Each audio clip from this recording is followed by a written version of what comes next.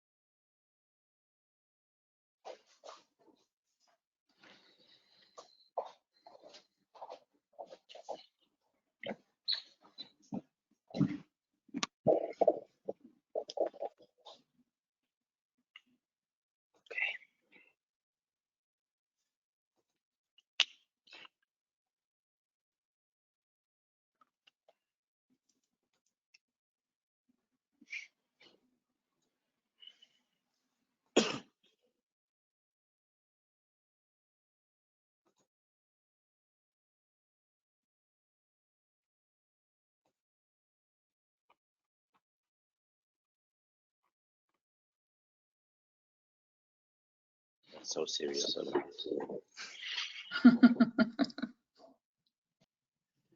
So here we are, everybody. Very good morning if you are in the Caribbean or the Americas. Good afternoon, Europe and the Middle East, and good evening to you in the Asia Pacific region.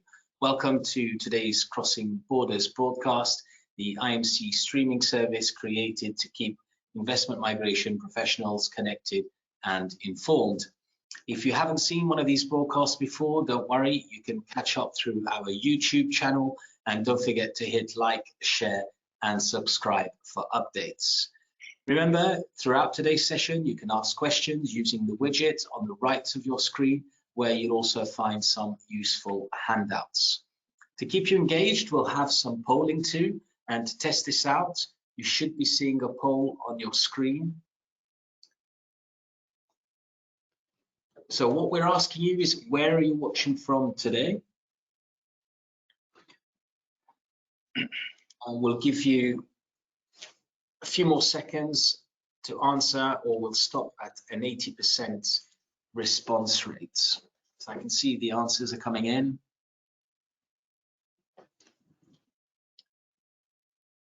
All right, let's close that and publish the results. So overwhelmingly 60% from Europe and Africa, followed by Middle East and the Americas, and 6% from the Asia Pacific region. So that's good for me to know, but it's also good for today's panelists to know. We've got a second poll coming up. So I'm just going to close this one and ask you a question for us. We are asking you, are you willing to travel to conferences this year? So as you know, and we are preparing to come back to in-person events with our well-known investment migration forum, which will be taking place in Brussels this June between the 6th and 9th. Are you prepared to be traveling for conferences this year? Let's see what you guys think, and let's share those results. I'm certainly happy to see that. 94% of you are saying yes, and 6% are still saying no. And of course, that's very interesting, because I know that there are certain countries where it's actually still very difficult because of COVID restrictions to leave and re-enter the country. I know Vietnam is one such country. Just close that off. And then just to remind you, as ever, there's a short video at the end of today's program about how you can get qualified through the certification in investment migration. So do stay with us. In this edition of Crossing Borders, we're going to be reviewing the main highlights of 2021 and analyze what challenges and opportunities 2022 holds for investment migration. So let me introduce our speakers. We have David Regueiro, Group Chief Operating Officer at Rift Trust in Dubai, and also the IMC Regional Representative Officer in the region. Roderick, the Chief Executive Officer and co-founder of immVest International in Malta, and Laura Austin, Managing Director and Head of Investment Migration Due Diligence at Mintz Group in New York City. A very warm welcome to you all to this Crossing Borders. Gosh, so much has happened in the last 3 weeks. I'm not even sure where to begin. But let's look at last year, 2021, which was, once again incredibly eventful for world events, but also for investment migration. Numerous RCBI pathways underwent a number of changes and even closures. The client demographics shifted. And the global pandemic played its part in dramatically increasing awareness of investment migration. And a lot of that is according to David, who writes in this year's Investment Migration Yearbook. David, can you remind our viewers on the most important changes from your point of view that took place in the last year? Yeah, absolutely, Bruno. And first of all, thank you so much for having me today. And thank you, Laura and Roderick, for being here in the panel as well. Yeah, indeed, it was a year of change and transformation, 2021. In the article, I talk about Malta and Cyprus and how Malta, following the EU position, closed their citizenship by investment program and then relaunch a new route, changing the investment, the age of dependence, but most important, changing also the residency requirements to be aligned with the EU directives. And Cyprus, that we saw that it closed following the Al Jazeera papers documentary. We saw Montenegro, that we were mentioning that it's going to be closed at the end of the year, but we saw it extending for another year with an increase on the investment.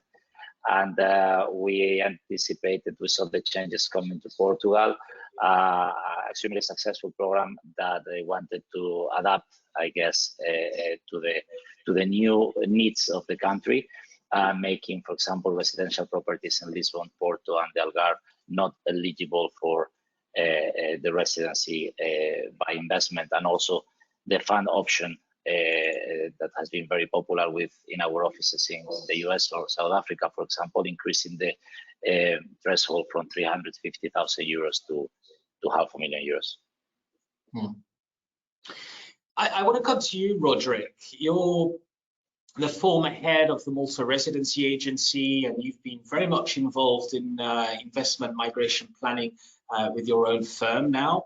One of the major developments last June was Malta being placed on the FATF grey list.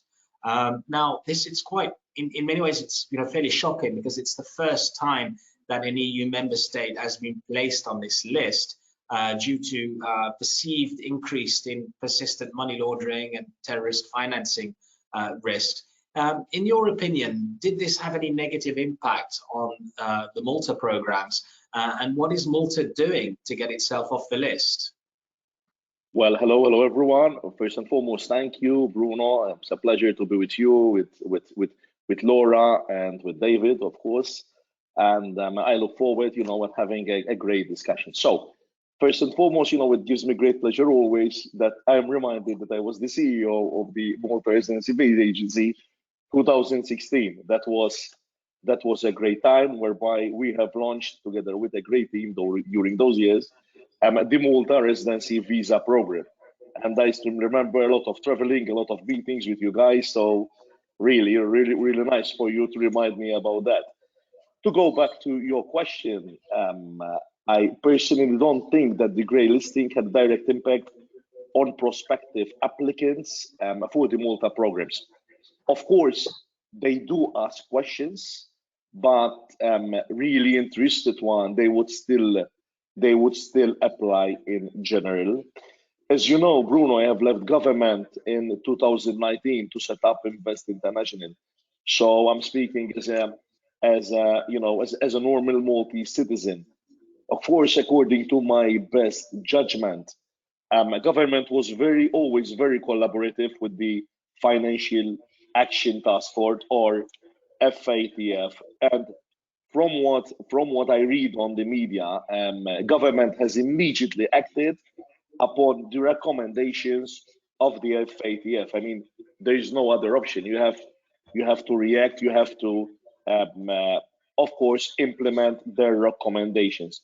To the extent, Bruno, that a significant chunk of recommendations have been implemented, and I'm also happy to make mention, even on this platform, that the FATF will hopefully visit Malta again this year in June to confirm that the proposed reforms are actually in progress or are being implemented. So that is, of course, great news for the Maltese islands that the FATF task force is coming again to confirm and to verify that the actions they have recommended are being complied with.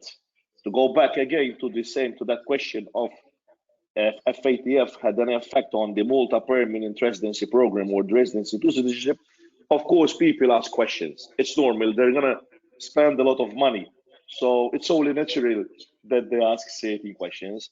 But of course, their interest is maybe if I can evaluate why they choose these programs, the majority of the applicants are families. They are people who want to provide a better education to their children. They are people who want to integrate with Europeans. So really and truly, there have not been any problems, at least from our side as accredited agents, that people were elected to apply because of the grey list. All right, thanks, Roger. I want to come back to that a little bit later, but let's zoom in a little bit on the two programs that Malta has, right? Because you've been gone from government since, did you say 2016 was when you left? 2016, I started the Malta Residency Visa Agency. And, okay. Yes, and I left in January 2019.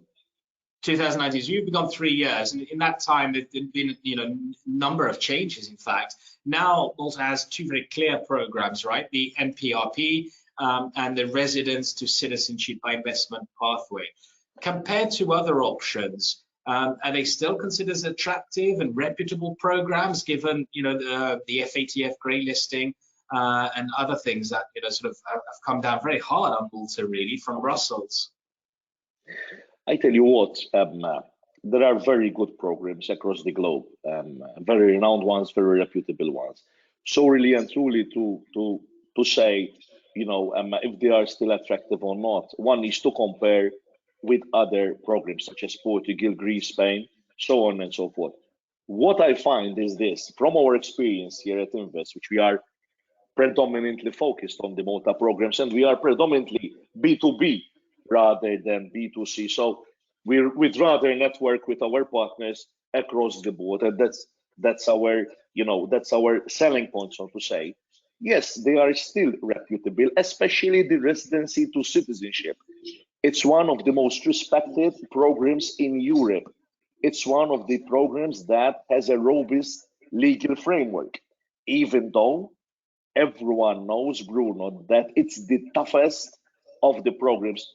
Just to say, the source of wealth form for the residency to citizenship program is 19 pages long.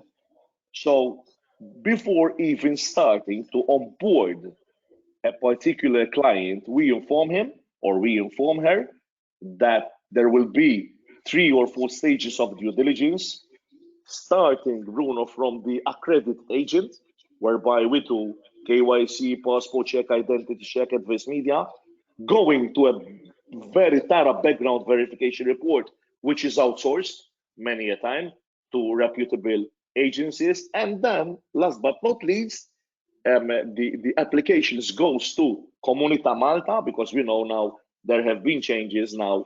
It's called Comunità Malta. And there they perform an intense due diligence again.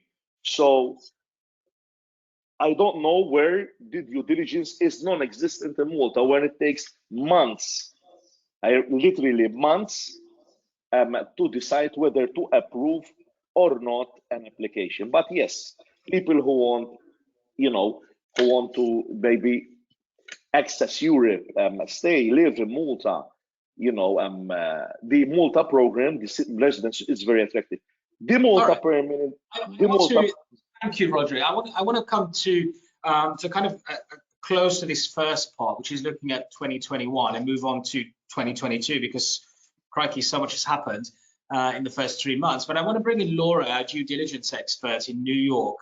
You've spent a good number of years with global firms and based in New York in their due diligence unit, and now you head due diligence for New York-based Mintz Group. What's been your assessment from a helicopter perspective, right up there, of 2021, Laura? Sure, thank you, Bruno, David, and Roderick. It really is a pleasure to see everyone virtually, hopefully for one of the last times, and spending this time hearing from my colleagues here. Admittedly, I was away from the industry for a handful of months in 2021, but as I was working to sort of build an investment migration practice at the Mintz Group, where I'm very excited to be, I certainly kept my eye on the industry, which I think we can all agree has managed to be resourceful, creative, and really adaptable, not just in 2021, but really over the past 2 years. But I can say, just from a quick due diligence perspective, despite all of the disruptions and changes, and even what's currently happening with Ukraine and Russia, I can confidently say from that perspective that we've really adapted as well. And what you will find is it's a very consistent approach to due diligence and to risk management that I think we can take from 2021 and carry it right into 2022 for what I know, the challenges are that are already making themselves known. All right, well, let's do that. Let's move towards 2022. And we've seen that certain people in Brussels are continuing their assault on investment migration, unable seemingly to recognize the benefits of legal migration pathways. They continually ignore the evidence and advice from the European Commission, the public affairs outreach work that the IMC has done, and other bodies have done as well, and even using the war in the Ukraine to call for an end to investment migration, which just reinforces this push, this political push that there is only by certain people in Brussels, an agenda of renewed citizenship apartheid and making people essentially prisoners of their geography. David, what do you think is going to emerge into 2022? Will we have more programs?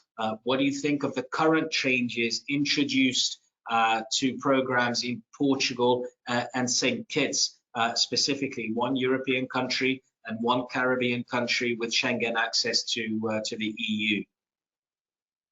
Yeah, definitely. I'm convinced that we are going to see new programs in 2022. I mean, I guess that we just have to wait for the announcements of governments. They are recovering, there are countries recovering from the pandemic and looking for alternative ways to offset their deficit. And obviously investment migration is a natural fit. It's a way to drive foreign direct investment. And as I was saying at the beginning, we saw that in countries like Montenegro extending the program, St. Lucia deciding also to extend the successful bond program.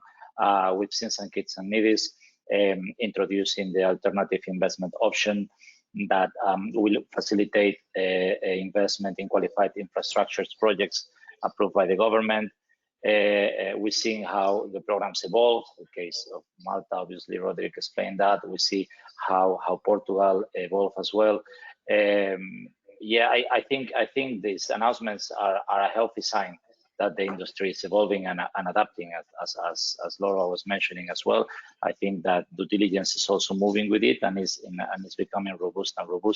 And this is probably the message that we as members of the IMC, we also need to convey to Europe and to the other bodies. Thanks. Roderick, you're moving to Malta. Your Prime Minister has been defendant of Malta's programs in a month where elections are due to be held in the country. Do you think he can continue to defend programs in the face of such criticism from Brussels? Do you expect his party to win the election on the 26th of March? And if that doesn't happen, will the winner close the programs?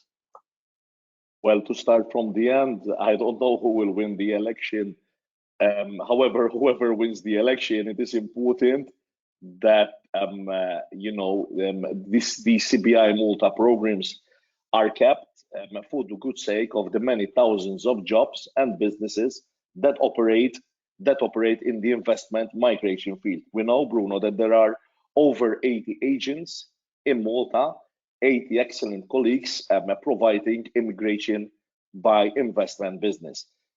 The Prime Minister of Malta, I think, because of course I'm not him and I'm not representing him on this platform, has been sort of defending the program on the basis that the program has done a lot of positive things, has contributed to a lot of positive things here in Malta.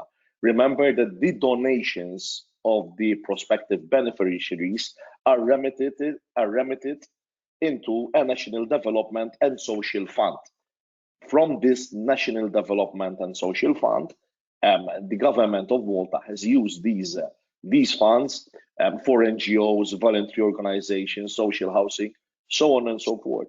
Last but not least, this National Social and Development Fund was very important in 2020 because it cushioned the COVID-19 pandemic blow for Malta. So let's see what happens after the 26th of March. Hopefully, whoever wins will say, look, my message, and I finish with this, Bruno, is that, a fine line, cutting a fine line is one thing. Finding ways of collaborating is another thing. If Brussels wants to shut down these RCBI programs, well, we're here on the other side as agent. I'm not speaking as an agent, here to collaborate. I'm happy and willing to collaborate with the European Union in finding ways and means that will satisfy their requirements in order to keep. So we're not here to confront.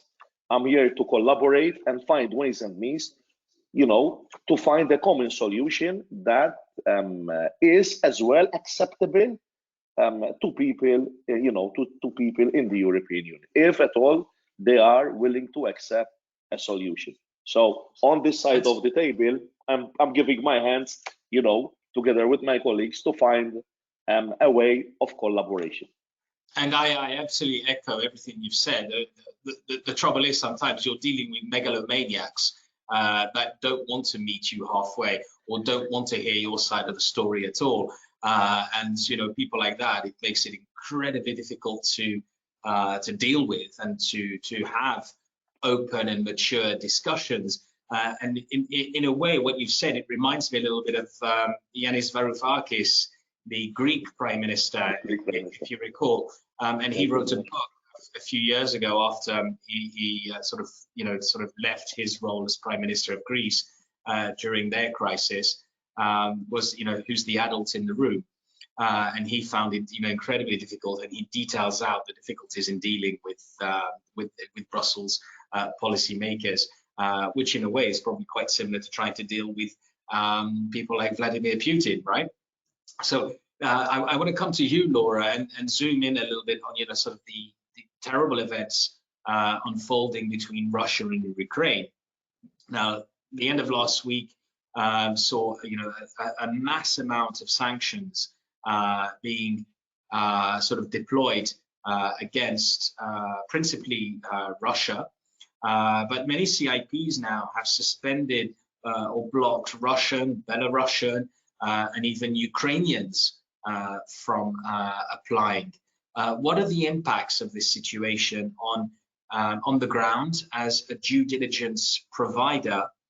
And what does the path look like moving forward? So while you just have a little bit of a think about that, I want to get our audience involved again. And I want to put a poll on the screen. And you should be seeing that now. We're asking you, dear audiences, do you agree with the decisions of numerous CIPs to suspend or block applicants from Russia, Belarus, and Ukraine?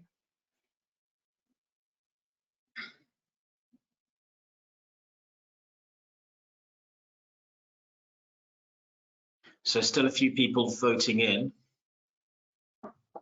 It's a really important question, this. I want to leave a little bit more time. And as I leave that on the screen, I'd like to remind the audience that if you do have any questions or you want to have a chat with the panel on today's Crossing Borders, then use the widget on the bottom right-hand side of your screen and send us any questions that you may have.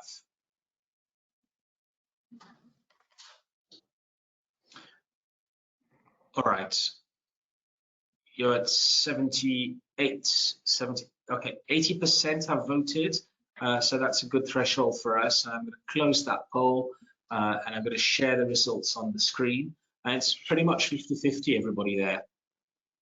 So if you have voted yes, or if you have voted no, perhaps this is a good opportunity to give us your thoughts in the chat or in the questions for your reasoning for doing so. So I think that's super interesting, 50-50 there.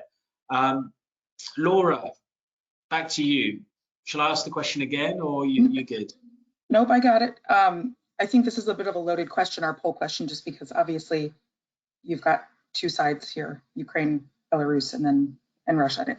I could see where it could be a little bit of a dividing question. But I first, before sort of addressing this, I just want to express that our hearts do go out to the Ukrainian people. In terms of due diligence, there's two considerations, right? There's the practical doing of due diligence, and then there's the political and the sanction side, which obviously impacts the flow of funds, may at some point, depending on the length or the strength of these sanctions, may also impact our ability to work with people on the ground there. So I think before we kind of break that down, it really makes sense to say that investigations are comprised of both database research and in-country efforts. There's a balance between this that is different based on the jurisdiction and what's electronically available. So certainly in almost every jurisdiction, there will be, a small handful of databases that we could search and get to some level of due diligence. Unfortunately, depending, where we are in the world, under normal circumstances, due diligence in Russia, Belarus, and Ukraine all require some significant in-country efforts. And this is really to conduct a comprehensive investigation that is contextual and not politicized. Because this is the case, it is unfortunately really not feasible right now for any due diligence company to safely conduct comprehensive due diligence in Ukraine. I think, depending on viewpoints that look at this, that it's the most difficult to understand is Ukrainian people are most likely in need of options and secondary citizenship or secondary residence, but there's an impossible ability to conduct due diligence in war-torn areas. Obviously, buildings where records were held could be destroyed. I do think, however, as things stabilize, hopefully quickly in Ukraine, there will be a faster path back to our original sources of information, as opposed to other countries that, have undergone war for years, who the records consist mainly of paper records that are destroyed. I think in Ukraine, there's a more sophisticated record-keeping system, and so as things start to settle and calm, we may have an easier path back towards the sources that we would really rely on. For the individuals from Russia and Belarus, I think this is more political in nature. Due diligence in these jurisdictions is not necessarily impossible at the moment, although it's a little bit more complicated in Russia, especially with the sanctions and the shuttering of financial systems and financial flows. But beyond those specific functions of due diligence, we do know that the sanctions are restricting the flow of money. And at this moment, it's creating opportunities outside of investment migration. So there's obviously due diligence that's happening into principals, owners, and suppliers for links to the Russian government.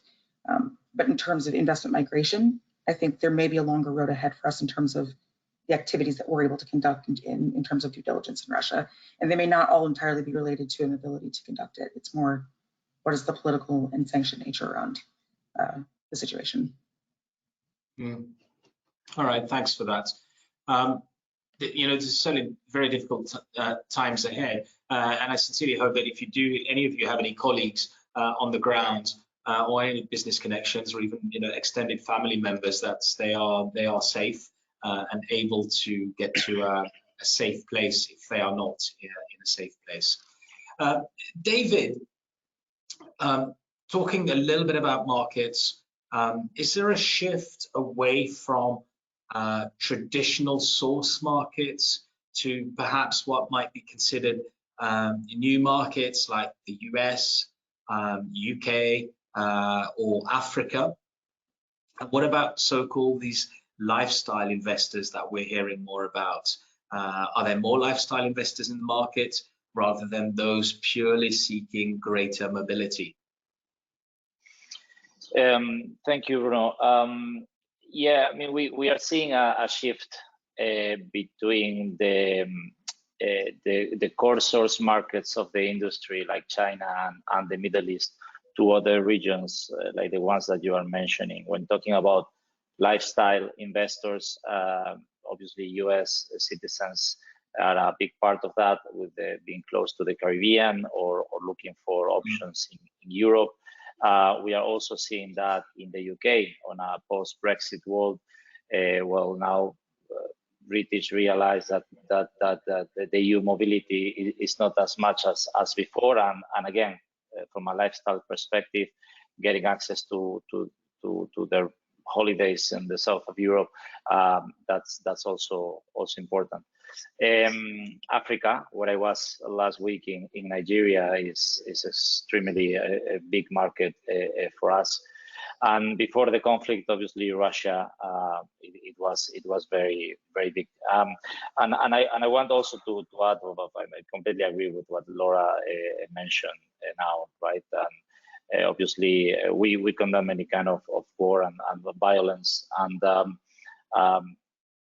but I think that at the end, there are some political decisions that are above us, and obviously, despite being very difficult to conduct diligence in countries where there is conflict, that impossibility doesn't apply to people that reside outside that country, right? And I am in the UAE. My two children, they born in Dubai. They are a Spanish citizen because the UAE doesn't give you a nationality by birth.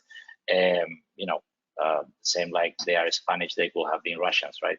Or Ukrainians, or Belarusians, or Afghans, Iranians, Syrians, Iraqis. I mean, you name it, right? So yeah. All right. In the meantime, we've had a few comments coming in. And one from Eric Major: the CIUs have no choice but to restrict applications from Russia as they simply cannot adequately complete their due diligence. And somebody else said, if you had only said Russia, I think you would have had a far stronger result, which is a fair enough comment. And then we've got one more comment, question, but actually I'll leave that probably till a little bit later. Let me just move on then. I'm going to stay with you, David. I'm conscious of the time and still looking forward into 2022 and possibly beyond. You've recently signed an agreement with the IMC. What prompted you to take an active interest in being the regional representative office for the Middle East? Well, for us, it's an honor, obviously, to be able to represent the IMC in the region. I think that we wanted to take a more active approach on contributing to the good job that the IMC is doing, representing the industry. And this region, being one of the, I believe, core source markets of the industry, didn't have a representative for a long time. So we wanted to give our support there, and we are, as I said, very honored to have this position. And we are returning again to the in-person events this year. So we are organizing in a few weeks an IMC members and friends spring cocktail here in Dubai. So if you want to attend, please get in touch with us or with the IMC, with Bruno, and we will be more than happy to have you. Brilliant, thank you. And look forward to building on the strong relationship we have with RIF and Latitude. Laura, you've also contributed a terrific article in this year's yearbook, which we have copies available for download on our website, www.investmentmigration.org, where you can also order hard copies from our office, or pick up a copy in the next couple of weeks in Dubai, or even better, join us in Brussels and pick up a copy there. But Laura, what should the industry expect from due diligence providers as we look forward to, you know, essentially a more regulated environment? Sure. Thank you, Bruno. So as it pertains to the regulation and risk management, I think we obviously know that added industry regulation is inevitable. And as part of this, risk management will be a key feature. I think it will start with the enhanced and consistent application of due diligence. We did publish, I think it was about 2019, Bruno, you can correct me, 2 industry reports regarding due diligence, which were a collaborative effort by the IMC and independent due diligence firms. And what these reports did was they laid out the essential aspects of due diligence for both governments and agents.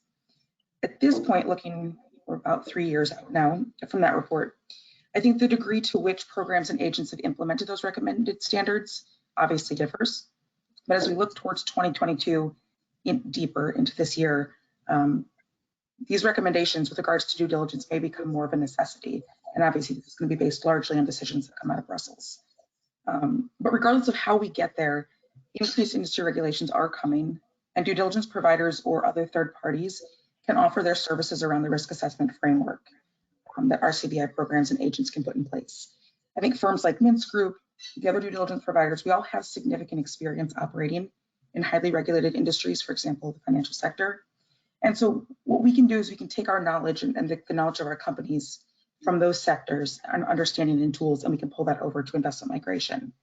So from the industry's perspective, you should expect to see your due diligence firms acting equally in advisor roles when it comes to best practices, training, and implementation of regulatory standards. Beyond that, though, I think in addition to the increased participation on the regulatory front and the maintenance of our own personal operational governance practices, it will be critical that due diligence providers actively participate in education and advocacy on behalf of the industry. I think criticism of IM continuously points a finger at weak due diligence. This seems to be a little bit twofold. It points to both a lack of understanding, I believe, of what is being done, and also a lack of consistent application of due diligence across the industry. The lack of understanding is not for lack of trying on the part of the IMC and other efforts that we've made to educate and advocate.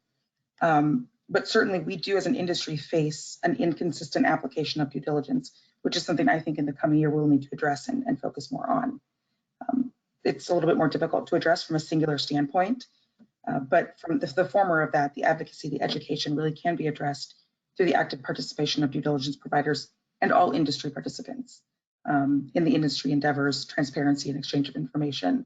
And I think this goes just beyond due diligence, obviously, to what we can do, but due diligence providers will have a significant impact with increased engagement. Okay, we've had a question coming in from Canada, I think, and it's not possibly an easy one to answer, but definitely you can provide your opinion on it, Laura. Is do you believe exceptions will be made for Russians or Belarusians that are actually living outside of Russia if they can demonstrate that funds and residence? For example, a Russian based in the US with a green card. Sure, and this point, yeah. Sure, this points to what David had mentioned as well. I do think, obviously, we've seen this in other scenarios where individuals, you're on other countries where they may have citizenship but have never stepped foot in the country. They've lived outside for 10 years. They can show and point to a substantial history in another country. There have been concessions made for those types of individuals. I just think this takes a little time, right? I do think there's legislation, yeah. There's rules and mandates around right now what the programs want to do in terms of due diligence. And right now it's sort of mandated for a lot of programs that due diligence is conducted in the countries of citizenship, countries of birth, and countries of significant presence. And so right now we're seeing a total block. I do think this will evolve. It just will take some time because as David mentioned, due diligence is not impossible on those individuals that are outside of these countries and that have significant ties elsewhere. So yes, I do think it will evolve. It's just going to be a matter of time. Yeah, thank you. And then another one on due diligence is for credibility. Who provides the due diligence? Is it the projects, the government, or the investor, and who pays for it? And that's a question from the US. Somebody based in the USA. Yeah, so the US is a different beast in terms of due diligence on the projects. And I know project due diligence has been a topic of discussion. There are people that don't feel like the project due diligence is enough. we have really worked hard to implement additional due diligence into the US program. But I think there's a non-centralized set of responsibilities for where that should fall, who should pay for it. And at this point, there's not a real clear understanding of who would be willing to do that. So that there's not really an answer at this point, but it's certainly something I'd be happy to talk about and discuss just based on my experience with the US programs after the fact. All right, perfect. Thank you. And then a couple more questions here, which I'll probably attack, is the vote on whether to adopt the proposal of ending CBI in Europe is concluding today. So as many of you will know, the European Parliament is voting on what essentially is a resolution put forward by one of the subcommittees made up of the European Parliament, of a number of MEPs. So this vote on whether to adopt the proposal ending CBI in Europe, well, the votes includes, a number of different proposals, I should clarify. If yes, what is the timeline and process for the Commission's legislation to be enforced? That is difficult. Is how long is a piece of string kind of question. What will happen now is that if that's overwhelmingly well voted yes, then that file goes back, goes to the European Commission, and it's then for the European Commission to find answers to the questions or to the will of the members of the European Parliament. And this is where you often have a disconnect between what's the Parliament wants and says to what the Commission says is possible and can be done. Often you have parliamentarians that disagree with that, but the Commission has its hands tied because the Commission is the civil service of the European Union, and its duty is to uphold the treaties on the functioning of the European Union, when MEPs often are politically motivated. I think that's all I can say on that. And then another question is regarding the European Union's 6th Anti-Money Laundering Directive and the EU potentially regulating licensed IBI firms. So is it likely for such licensed firms to be considered as subject persons? And is the IMC in favour? And what would that mean for licensed firm? Well, I think for licensed firms, you need to perhaps have a better definition of what a licensed firm is. Under what directive do you consider a licensed firm? Now, if you're considering a licensed firm, for example, a firm which is licensed by a CBI country in the Caribbean, or is licensed by the CBI unit in Malta or in Cyprus or Portugal or any EU member state, that is completely different and generally not recognized by international regulations on anti-money laundering and those directives. So that is very, very separate. What you then have is a number of firms which are legal firms, accountancy firms, which are subject persons often and are policed by various regulations on the 5th Anti-Money Laundering Directive and the 6th AML Directive that will come out. Now, the answer to the question is, are we in favor? What would it mean for licensed firms? We have always been very clear on this, that I cannot see any industry where so much money and personal information flows through the hands of people that are generally not licensed at all to be carrying out that work. And that is, in my experience as a financial services practitioner, that is an anomaly in the system. And I do think that actually firms should be licensed and should come under subject persons directives, as people are in the insurance business, in the banking business, and in the wealth management business. And we've been working towards that by doing education and training, and by pushing the industry to get itself qualified and to start employing more and more people that have backgrounds in financial services. Because at the end of the day, you're dealing with money and people's private information, which now, with GDPR being introduced, some almost 5 years ago, is really, really important. And that will then avoid the pitfalls that are often associated with investment migration, and puts housekeeping and order into what we think should be a sustainable sector of migration pathways long into the future, while we are enjoying our retirements. That's what I have to say about that. And then we'll stop the questions now because we've only got a couple of minutes left. Let me see if I can get to another one.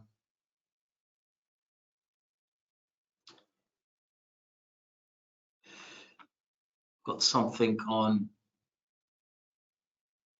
Vanuatu. Following the EU suspension of Vanuatu's visa-free access to the Schengen, the 5 Caribbean programs are likely next in the crosshairs.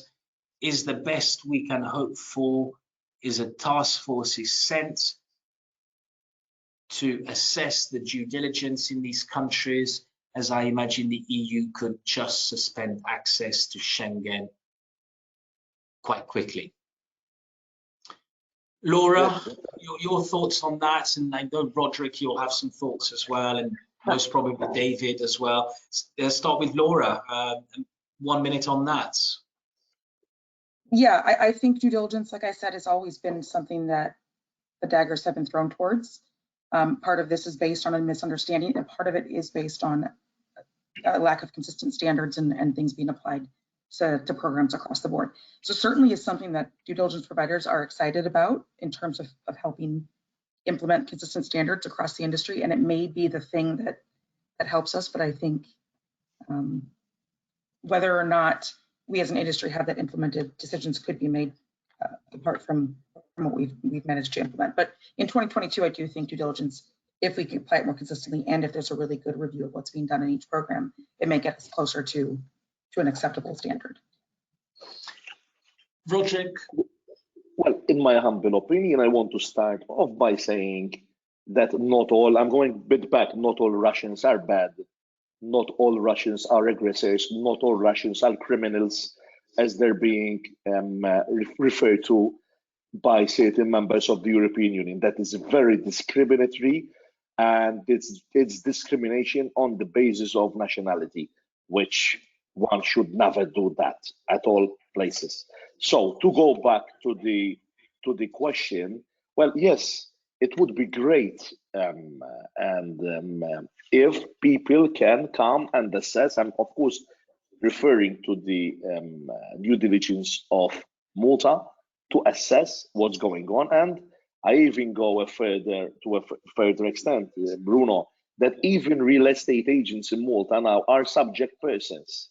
I mean, my daughter, we run a company for properties, is a subject person with a FIAU. So basically, whenever we sell a property, okay, we must perform a KYC, a check on the actual buyer. So a small recommendation, again, to avoid closing possibly, and this is my personal viewpoint, closing CBI. And I know, Bruno, I'm probably speaking to a wall of bricks, but why not implement a due diligence task force in the European Union, okay, that will ultimately assess the due diligence that we do, okay? And if a person is going to be approved as a citizen of Malta or elsewhere, there will be a workforce in a unit in the European Union that will further carry on to check and validate if the verification or validation or the background check that we have done is correct. If the European Union refuses that as well, I mean, it's a clear indication that, you know, they're not ready to collaborate with us. But yes, I would recommend personally that if they're afraid or they're not comfortable with certain levels of due diligence, okay, they can assess, as Laura said, they can recommend improvements, and if necessary, set up a unit at the European Union, okay, whereby the government of Malta will give an approval. Prior to an approval, they may check this approval and validate if due diligence was done. And then, as I said, I'm speaking on my own behalf. I'm not representing anyone here, but I'm trying to find ways and means on how to collaborate with the European Union to avoid closure of a CBS. I absolutely understand your position, but there are a few things there which are sort of a little bit problematic. And first of all, you hit on a point that was also suggested by the European Parliament, so that there would be this regulatory body as one potential solution that would supervise and act as a regulator. The issue with that is that sovereign states will never accept that, member states in the EU, but that's taking away their sovereignty to decide who becomes a citizen of their country and who doesn't. Those are things which that's a no-go for any member state in the EU. For Brussels to decide who becomes a citizen of their country is giving up your sovereignty. So no EU member state will accept that at all. And the other thing is you're giving further power to Brussels. And a lot of people are against Brussels furthering its power and creeping up into everybody's everyday lives even more than they already do. I'm a good guy. I'm a good guy, Bruno. I totally get where you're coming from. You're going to get a lot of pushback with that. But coming back to the question that was regarding, Vanuatu and the visa-free access to the Schengen zone, and possibly Europe starting to focus on the Caribbean, that's likely to have happened. We have already put solutions in place for the Caribbean to safeguard its sustainability with Laura and Laura's DD colleagues back in 2019, as Laura pointed out, when we researched and published 2 publications, one on the current state of affairs of due diligence in CBI and RBI, and 2, a pathway for a harmonized approach to citizenship by investment and residency by investment due diligence. So a playbook which I know that the Commission has used and has thoroughly downloaded and read, and technicians have taken samples from that and put that out a little bit. But what you have is a common harmonized approach, which there isn't at the moment, and that's what concerns the European Commission, the European Parliament, but also it concerns the State Department, quite frankly, because when you have the White House sending out tweets on golden visas need to be banned, that's kind of starts to be concerning, right? The most powerful sort of government in the world sort of telling you that, it sets alarm bells ringing. Unilaterally blanket approach, yes. Brussels potentially has, the weapons in place to cut off Schengen from, from all the 5 Caribbean states. Whether they will do it or not, personally, I don't think so, because they do generally tend to show sincere cooperation and deal with individual countries in their own rights, rather than a blanket approach. But everything, is obviously evolving fast. We have to see how the situation with the Ukraine evolves, particularly in how golden visas and citizenship and residency by investment will continually possibly be used, or the war against sort of Ukraine being sort of levied against citizenship by investment. Perhaps that's the subject of a new crossing borders. But unfortunately, that's all we have time for in this edition of Crossing Borders. I hope you, the audience at home, enjoyed and found today's session interesting. I certainly did. Feel free to reach out to any one of our panelists directly through their LinkedIn page. I want to thank Laura in New York, David in Dubai, and Roderick in Malta. We'll be in downtown Dubai on the 23rd of March for a spring cocktail reception hosted with our new regional office, Rift Trust. So if you're in town, drop me a note so we can get you registered for this event.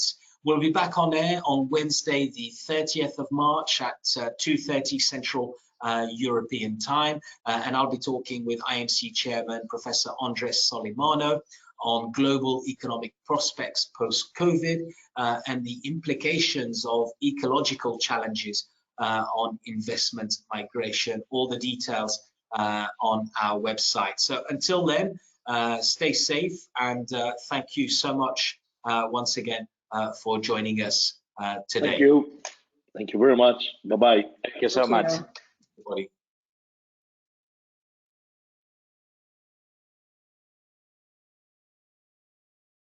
Introducing the Certification in Investment Migration from the Investment Migration Council, the first structured learning product of its kind globally, designed for you. Explore the bite-sized learning pathway of each module on our custom online platform. You can track your progress as you go and learn at a pace that suits you, with an estimated 5 hours of study time per module. The certification in investment migration contributes to the development of professional competencies and standards for those new to or already working in the industry. So, what are you waiting for? Visit our website to start your learning journey today.